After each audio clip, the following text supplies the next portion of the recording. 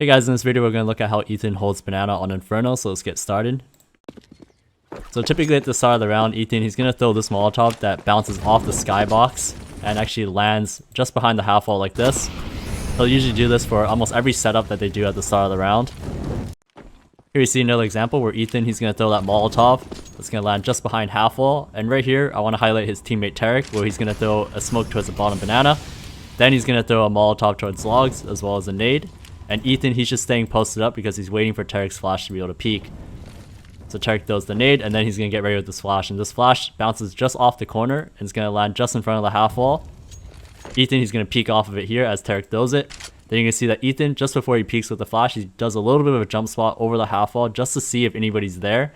He sees that KNG's there, so now he's prepared to fight him with the flash. There's the flash. He's able to get the kill onto KNG, as well as the kill onto TRK.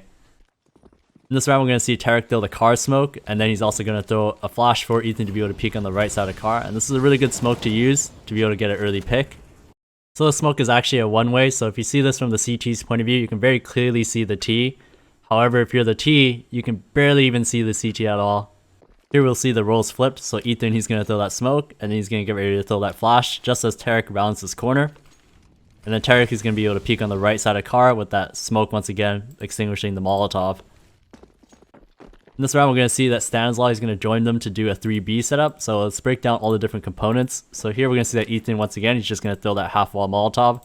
Stanislaw is the first spawn. He's going to throw the deep smoke towards banana, as well as a molotov towards the entrance of banana. Ethan and Tarek are both going to throw double nades towards logs. And then the most important part here is the flash. So Tarek is going to throw that flash that allows Ethan to be able to peek this angle to be able to get these kills here.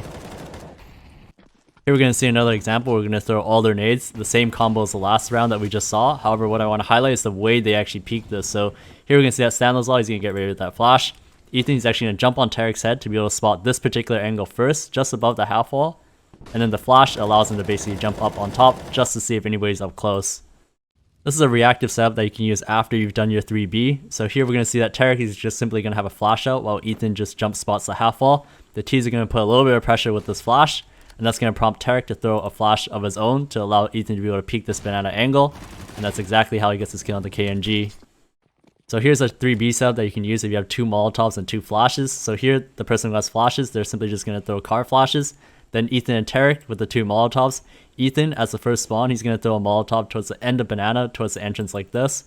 And then Tarek, as the second spawn, he's going to throw a molotov that's going to land in the cubby of banana, so this spot right here. And then with these molotovs, they're going to throw them here. The T's will normally throw this molotov at car during their default, so what Tarek's going to do as the second spawn, he's going to smoke out that molotov to give them more space to be able to swing on the angle, and that's exactly what they're going to do with these flashes, and that's how they get these kills here. Here's an example once again where Stanislaw, he's the one with flashes, so he's going to throw car flashes. Tarek, he's the first spawn, so he's going to throw the deep molotov towards banana. Ethan's the second spawn here, so he's going to throw the molotov towards cubby. And then the T's, they throw that molotov towards car. Ethan, as the second spawn, he's going to extinguish it, and then allow them to swing to be able to get these kills.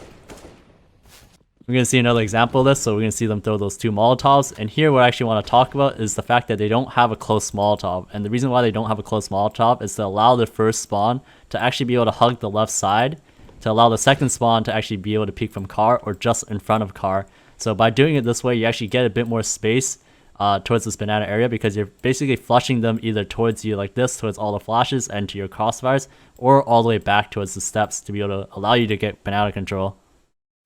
Here we're going to see a simpler way to take banana. All we're going to see is that Stanislaw, he's going to throw two flashes, the car flashes. Ethan, he's just going to throw a flash at the bottom banana, and then Tarek is just going to throw a smoke at the bottom of the banana. And with this, they're going to swing off the flashes. Ethan's going to be able to get this kill on the KNG, and then now they have banana control.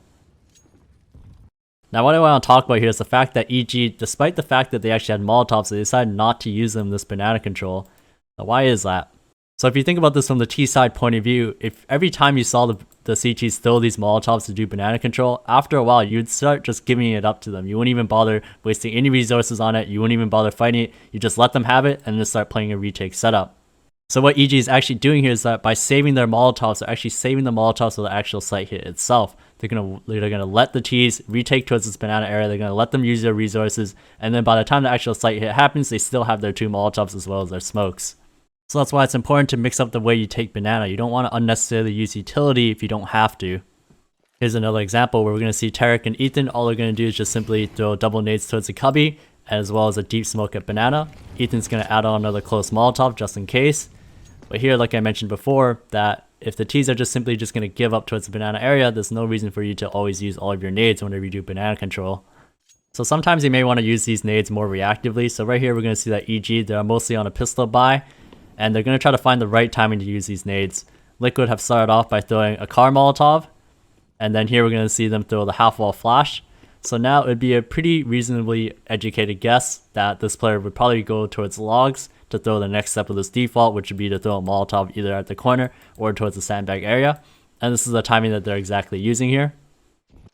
So here's a more reactive way to play banana at the start of the round. So right here we're going to see that Stanislaw is just going to dump his utility at the start of the round to do some early damage. But what I really want to talk about here is the fact that Furia, they've already thrown the sandbags molotov, so they know that they're going to be up close already. So Tarek is by the spools area, he's going to throw this flash to allow Ethan to peek the corner. And that's exactly how he kills Queserado here. Here we're going to see another example. So MRBR, they've already thrown the sandbags molotov. So Ethan, he's going to reply back with his molotov towards the entrance, which is going to push these players back towards the right side. And they're going to get set up with this flash. And I think the sandbags molotov is a pretty good cue to use this flash, because more typically when the Cheese throw the sandbags molotov, they're going to be past the half wall choke point because they want to punish the player who may be towards the sandbag side where he's going to try to escape towards the site.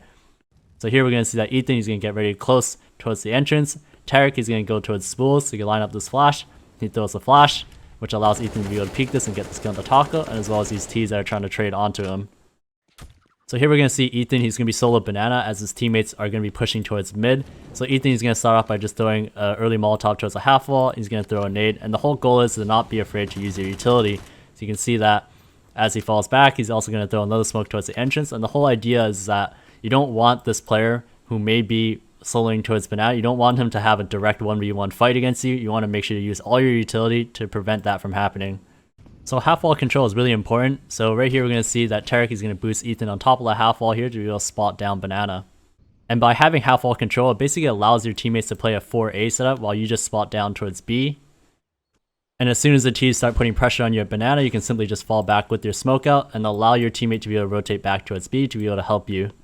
So after you've given up half wall control, these are some nades that your teammate can throw after you come back. They're the retake nades for banana. So here we're going to see that Tarek is going to throw that molotov towards the half wall angle, and then he's going to throw this flash to allow Ethan to be able to peek. And that's exactly how he kills KNG here. So once again, we're going to see that Ethan, he's close. He uses that flash to be able to peek. Then he's going to throw the smoke on top of that molotov to be able to cut off this choke point. And here notice how he's looking directly at the half wall here as this happens to ensure that he doesn't get blinded by the half wall flash. And the whole reason behind this is because the half wall flash is actually intended for the player who plays in the corner. It's not intended for the player who stares directly at half wall. So using this, you could be able to kill the player who passes through the smoke if they try to counter. So after you've given up banana control, it's always important to use your smoke whenever you feel too much pressure from the T's, as this is going to buy you time for yourself as well as your teammate to set up. Normally we're going to see Ethan, he's going to stay around this first second orange area, and the reason for that is because he's actually close enough to come back to the smoke to be able to contest it in case the T's decide to push through the smoke into the site. Typically when Ethan plays first oranges, he's just going to have a molotov out while his second teammate can play anywhere else. So here we're going to see Tarek, he's playing towards this dark corner, taking contact with an op. And right here we're going to see that the T's, they're going to throw that CT smoke, which is going to prompt Ethan to throw his molotov to also buy his teammate a little bit of time from CT to rotate in towards B. Then we're going to see that Tarek, he's going to take contact, and this is actually what prompts that CG player to throw a flash towards water. And with this flash, you're going to see that Ethan, he's able to peek out to be able to get that kill into Stewie. Then he throws another flash from first oranges to get this kill into Nitro before going down to NAF. So by playing first oranges, it actually gives you the freedom to either push forward in towards the choke point or to fall back towards the site. So here in this round, we're going to see that Tarek is playing towards CT. The front site smoke comes out, so Ethan doesn't really have an option to be able to push forward. So here instead, what he's going to do, he's just going to fall back towards his quad area. So Tarek, he does a really good job by getting 2 kills. Cirque, he's going to throw a flash once again from CT, and this is going to allow Ethan to get this last kill onto the player water. So another spot that Ethan will play is by this pillar. So right here, we're going to see that Tarek, he's playing on top of quad, and he's taking contact first, while Ethan, he's going to have a flash out, and he's going to flash as soon as Tarek makes contact. So right here, we're going to see that Tarek takes contact, the flash comes out, then Ethan, he's able to get this kill into TRK before moving back towards quad once again. And playing quad is a really good spot to stay alive. So here we're going to see Sir coming from CT once again to throw that flash. He even sacrifices his life to throw this flash, which allows Ethan to be able to peek and get this kill into Fallen. Thank you guys so much for watching. If you guys like what you saw, please like, subscribe, hit the notification bell for more future content. Thanks again. I'll see you guys in the next one.